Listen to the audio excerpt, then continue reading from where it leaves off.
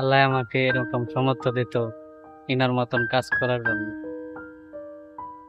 যদি আল্লাহ কোনোদিন আমাকে কিছু করতে দেয়, অবশ্যই সবার প্রথম আমি এই হোসেন মনসুরি সাহেবের মতো কাজ করব। সবাই এনাদের জন্য দোয়া করবেন, আল্লাহ এনাকে এত ভালো রাখুক। সুন্দর কাজ করতেছে।